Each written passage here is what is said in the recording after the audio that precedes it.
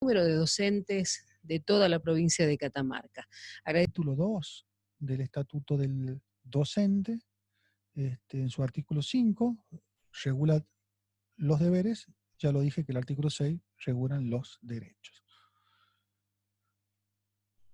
Vuelve con la misma, si ven el artículo 5 acá en el PowerPoint que le estoy mostrando, vuelve a esa vieja concepción de lo que son las obligaciones, dice, son deberes del personal sin perjuicio de lo que establezcan los decretos para el personal civil de la provincia. Ya dije que el término utilizado en la redacción del proceso militar era personal civil o personal militar. Y acá dice, desempeñar con dignidad, eficiencia, lealtad, las funciones inherentes al cargo. Esta parte lo dijo mi antecesor en cuanto, en su alocución, ¿no? El magíster José Ariza, cuál era la dignidad, cuál era la eficiencia y cuál era la lealtad. Es decir, aquel rol que tenía maternal de la docente, de pureza, de transparencia, de, eh, de ese contrato que se da en la escuela normal, las primeras docentes normales nacionales que vienen con un sueldo, el cual tenían que tener una conducta intachable ante la sociedad, de su indumentaria, de su pelo, de su aseo, es decir, cómo se fue esto, quedó en aquella, se hizo una transposición, ¿no? Y también en las épocas del 70, 80 en adelante, y el rol del docente era tan importante que muchos docentes tenían casi la misma función. Era el médico del pueblo, el psicólogo del pueblo, y tenía una autoridad dentro del pueblo similar a la de los jefes comunales, es decir, donde no lo había, el maestro del pueblo era quien decidía, dirimía disputa casi conjugándose con el juez de paz, ¿no? Estamos hablando hasta la década entre los 70 y los 80, luego se produce, ¿no?, lo que es ese vaciamiento producido por la pérdida de la adquisición salarial, y esa degradación del salario que fue menoscabando al docente y dejándonos en una situación hoy, quizás se puede decir, al borde o al límite de la pobreza.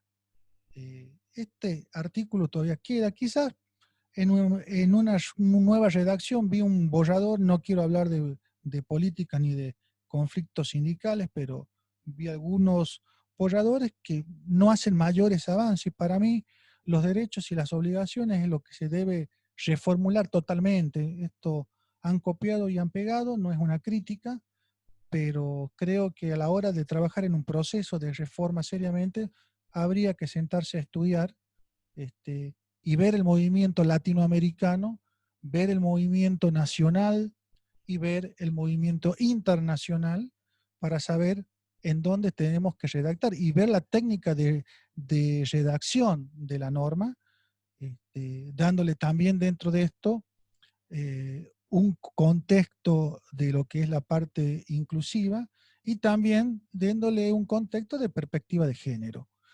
Si bien todos estos condimentos tenemos que tener en cuenta para lo que va a ser una nueva función de discutir nuestro contrato laboral docente. Bueno, sigamos con el inciso B, si lo pueden ver en el capítulo 2, artículo 5. Es claro que hay que educar a los alumnos en los principios que emanan de las normas constitucionales, provinciales, las leyes, y en consecuencia todo acto administrativo, ¿sí?, en el ámbito de una vocación de nuestra forma de gobierno, que es una función netamente republicana, federal y democrática, con absoluta prescindencia partidista. Esa prescindencia partidista que quizás no se ha dado, y acá hay una crítica que hubo en la época del kirchnerismo, ¿sí?, con la introducción de la cámpora en las escuelas, ¿sí?, que también hubo mucho revuelo en todo lo que fue Capital Federal, los centros de estudiantes, cuando la política se mete con los chicos, y esto también viene aparejado, ¿no?, sin perjuicio de lo que es el voto a los 16 años, y esto es lo que se da, una cuestión que el partidismo habría que replantearse también esta parte, porque antes la obligatoriedad del voto era a partir de los 18, hoy cómo llevamos la discusión del partidismo en las escuelas es un tema muy interesante, cómo llevamos la discusión de la política en las escuelas y cómo la podemos afrontar. Esto es como llevar el partido de fútbol, y las hinchadas, ¿no? Es un momento, pero acá nuestro contrato laboral nos habla de otras cosas. Es decir, que el docente tiene que ser ecuánime y no tiene que hacer ideología política, sino debe dedicarse netamente a educar a sus alumnos y mostrarles las alternativas, sea de la materia que le toque dar, sea historia, y de los movimientos políticos sociales y qué planteó cada uno. Creo que esta reacción está ligada a lo que es la ideología en sí. Nosotros tenemos la ley nacional y la ley provincial de educación, donde también ya marca, quiero hacer un paralelismo con lo que es la 26.206, derechos y obligaciones, y la ley provincial 53.81. Mucho de la intersindical docente, de los gremios, de los trabajadores y trabajadoras de la educación, hemos realizado profundos aportes a la ley provincial, eh, para que entre gallos y medianoche eh, se produzca una adhesión, casi una copia textual de la ley nacional, solamente con el cambio de término. Entonces hay una gran desilusión quizás de las organizaciones que representan a los afiliados, sobre el trabajo en comisiones. Ya tuvimos una mala experiencia que fue la ley provincial de educación, pero sin entrar en estos análisis, este, quiero tocar algunos aspectos, ¿no?, de la norma que están establecidos, por ejemplo, las obligaciones en la ley, para que vean que son iguales, ¿no? Ahí les dejo en pantalla el artículo 67, cuando habla, respecto a educar conforme a los principios constitucionales, las disposiciones de la presente ley y la normativa, y eso está reflejado en idéntico sentido en el artículo 128, que dice exactamente lo mismo. Y para ser breve, no me voy a parar en ese análisis. En el inciso B dice exactamente lo mismo, o sea, cumplir los lineamientos de política educativa de la nación, de las jurisdicciones, los diseños curriculares. Solamente cambia el nombre, no dice la ley provincial, dice que hay que cumplir los lineamientos de la provincia, con los diseños curriculares y de cada uno de los sistemas y todas las ramas de la enseñanza, de las modalidades que se apliquen en la provincia. El derecho a capacitarse, a la provincia le cambia el nombre, lo pone de formación docente continua, ¿sí? Que fomenten el desarrollo profesional, ¿sí? A ejercer el trabajo de manera idónea y responsable, ejercer el trabajo también de manera idónea y responsable. Y la ley nacional también nos habla de garantizar los derechos a los niños, a los adolescentes, la responsabilidad, y la concordancia con la ley 26.061, y la provincia también nos aboca a proteger y garantizar los derechos de los educandos, ¿sí?, que se encuentre bajo la responsabilidad con la legislación vigente de la materia, ¿sí? Y lo separa también con velar por la integridad física, psíquica de los alumnos. Acá hay un tema que es importante, que también la ley provincial se introduce en el estatuto, donde dice que los docentes tenemos que resguardar la integridad física de nuestros alumnos. Es un valor importante, y también saber bajo qué limitaciones. Hay una unidad específica para eso, que es el régimen de sumario, Código de Procedimiento Administrativo, que va a establecer cuál es la situación y cómo podemos dar este resguardo sin entrar en una polémica de la violación de los derechos de los terceros. Vamos a ir al inciso C del artículo 5, que es respetar las jurisdicciones técnicas, administrativas, disciplinarias, como así la vía jerárquica. Esto es una redacción muy militar, ¿sí? Luego si también tenemos que hacer un análisis de esto, tenemos que erradicarlo, a mi criterio, porque hoy el informalismo en favor del administrado y el poder de recurrir no está dado por la vía jerárquica, sino por lo que es de ver las instancias superiores y de garantizar el debido proceso.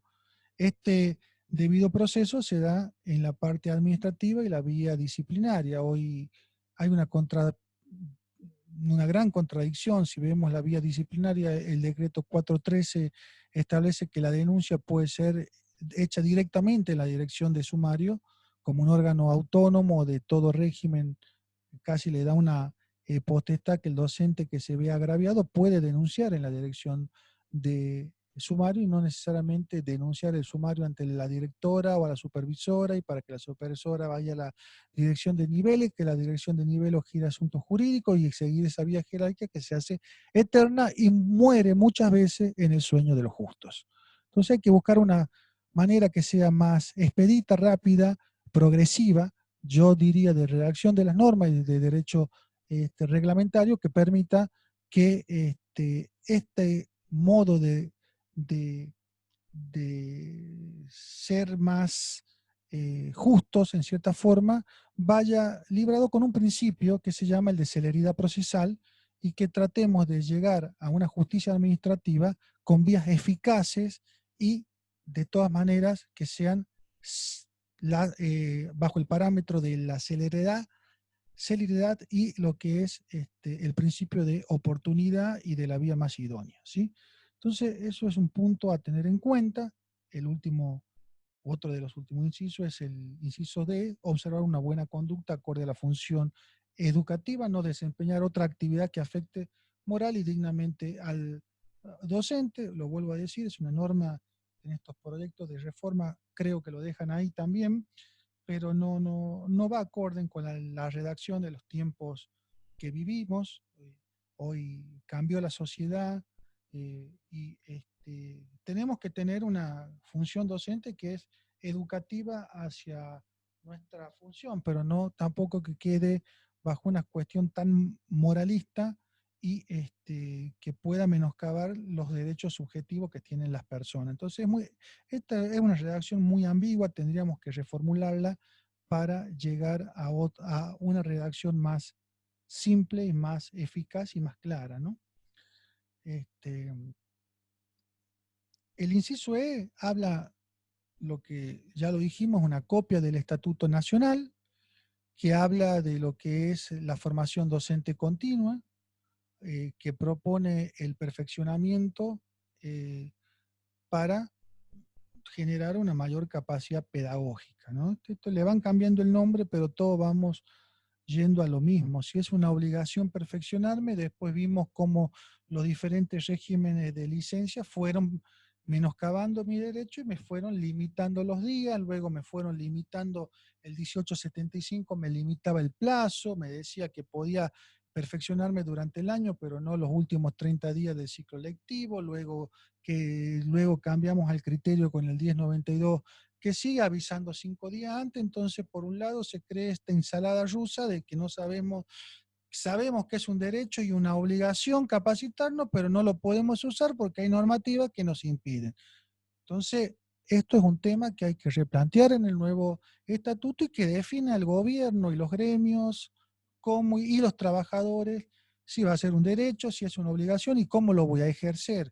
Porque hay que ponerlo por ley, porque si no vienen las normativas que terminan cambiando, morigerando, ya hicimos historia y volvemos a la misma ensalada que nos va a terminar cercenando un derecho de la formación docente pedagógica continua que no se puede utilizar y luego termina repercutiendo en nuestra formación profesional y en el de nuestros alumnos. No realizar actos de proselitismo políticos en las escuelas durante el desempeño de sus funciones, eso ya lo hablé anteriormente, no quiero ser redundante, pusimos la cuestión ideológica, pero es muy complicado poder hacerlo cuando conjugamos este derecho con la libertad de expresión. Entonces ahí cuando violamos derechos constitucionales y cómo este derecho de la época militar se cercena la Constitución del 53. Recuerde que la redacción tampoco estaban este, eh, establecidos. Si vimos lo que se dijo históricamente en los primer estatutos de Perón, le pedían al docente que diga si estaba afiliado al peronismo o no. Ahora con los militares no se podía hacer eh, política partidaria, entonces no se podía democratizar. Acá hay que tener una gran discusión sobre la democratización de la educación, la democratización de las ideas, ¿sí? Y el expresar libremente nuestro pensamiento. Entonces es un gran debate que si se va a poner en una reforma este artículo, saber que hasta dónde llega nuestro derecho y qué es lo que podemos hacer. Entonces esto es un punto, este inciso, para pensarlo, para debatirlo, para analizarlo y para repensarlo, ¿no? Y el inciso G, que habla sobre cumplir los horarios que pudieran corresponder en las funciones pasivas. Bueno, ya habíamos dicho que era un derecho tener funciones pasivas, ahora también tenemos que cumplir la obligación de esto, ¿sí? Yo había dicho anteriormente que que las leyes no eran absolutas, sino que estaban reglamentados por las normas que establecían su ejercicio. Teníamos del 78, que es la resolución 555, el reglamento de escuelas básicas comunes, que es un decreto, en realidad no es una resolución con forma de decreto, que dice que el personal docente deberá, doy algunos puntos, ¿no? En los establecimientos estar con los siguientes puntos, ¿no? El inciso 1, con la antelación suficiente, el director maestro de grado 20 minutos antes, el personal docente 10 minutos antes, ¿sí?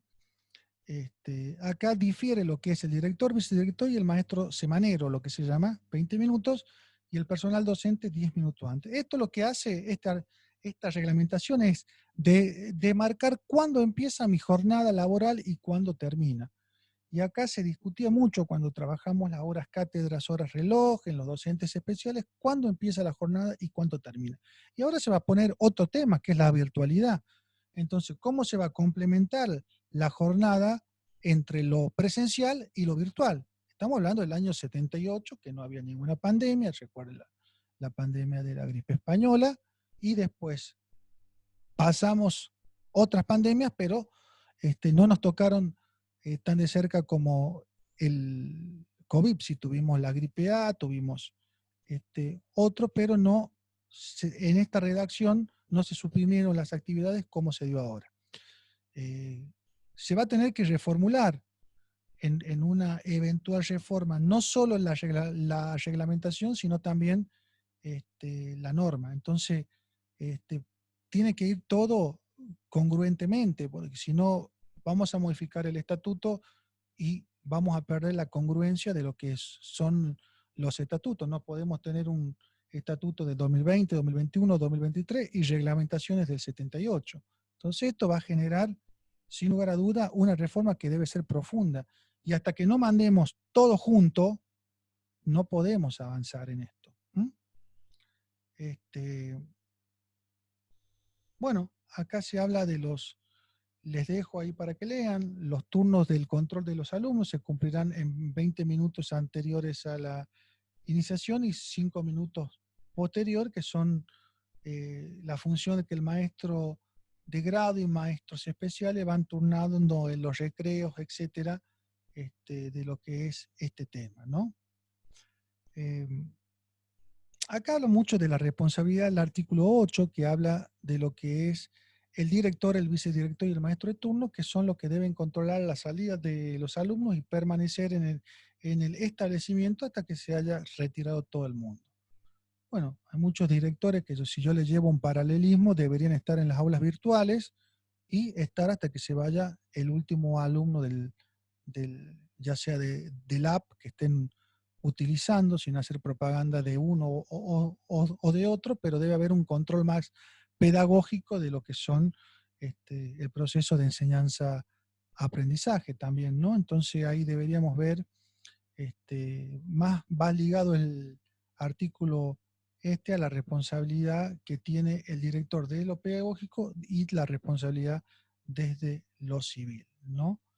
Este, este reglamento del 78, esta resolución, la 517, regula las funciones del director, del vicedirector, del maestro secretario, del maestro de grado, los maestros especiales, maestros niveladores de apoyo y los maestros en funciones pasivas.